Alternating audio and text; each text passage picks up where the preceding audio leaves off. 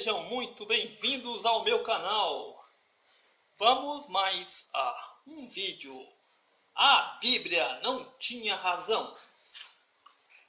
Linguístico e teológico, que passou a ser chamada pelos estudiosos de história deuteronomista. Desde meados dos anos 1940, essa é a segunda grande obra literária sobre a história de Israel na Bíblia.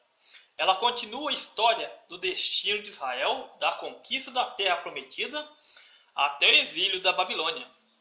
Expressa a ideologia de novo movimento religioso surgido entre o povo de Israel, numa data relativamente posterior.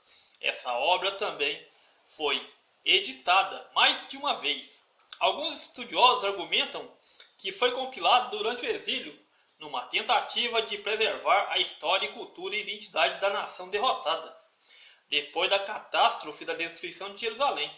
Outros estudiosos sugerem que a maior parte da história deuteronomista foi escrita no tempo do rei Josias, a fim de servir a sua ideologia religiosa e suas ambições territoriais, e que foi concluída e editada no exílio poucos anos mais tarde. O livro de Crônicas, terceira grande obra histórica na Bíblia, abordando Israel pós-exílio, só foram compilados no século V e IV a.C., vários séculos depois dos acontecimentos que descrevem suas perspectivas históricas. Inclinam-se com nitidez a favor das alegações históricas e políticas da dinastia davídica e de Jerusalém. Os livros ignoram a norte quase completamente, de muitas maneiras. As crônicas refletem de forma excepcional a ideologia e as necessidades do segundo templo de Jerusalém, e a maior parte reformula uma saga histórica que já existia escrita. Por essas razões, utilizaremos minimamente as crônicas neste livro, mantendo nosso foco no Antigo Pentateuco e na história deuteronomista. Como veremos nos próximos capítulos, a arqueologia proporcionou indício suficiente para sustentar nova controvérsia de que o âmago histórico do Pentateuco e da história deuteronomista foi substancialmente formado no século VII a.C. Dessa forma, direcionaremos o foco para Judá no final do século VIII e no século VII a.C., quando esse processo literário começou de verdade.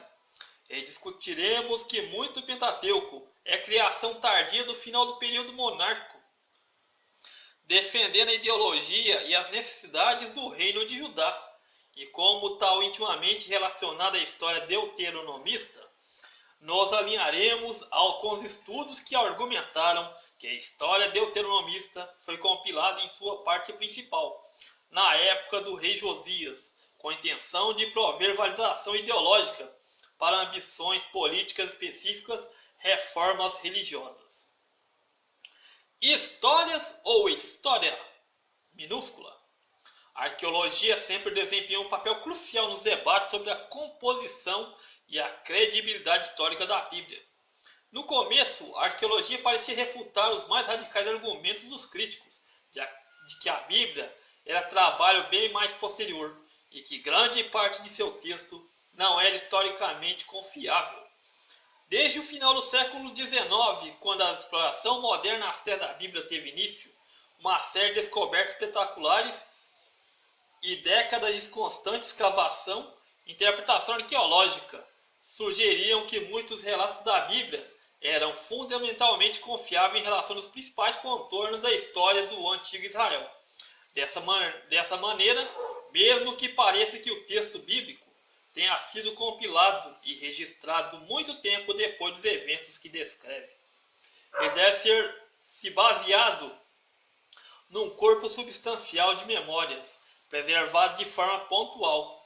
Essa conclusão tem seus alicerces de algumas categorias modernas de evidência arqueológicas e histórica. Então, pessoal, a maioria das histórias que falam aqui, elas foram escritas depois do exílio, e muitas dessas histórias não são confiáveis. Fique com o capítulo 10, a Bíblia não tinha razão, identificações geográficas. Fica para o próximo capítulo. Deixe o like, curta, compartilhe, ajude o canal a crescer, seja um livre pensador. Estamos juntos pela propagação do conhecimento. Valeu!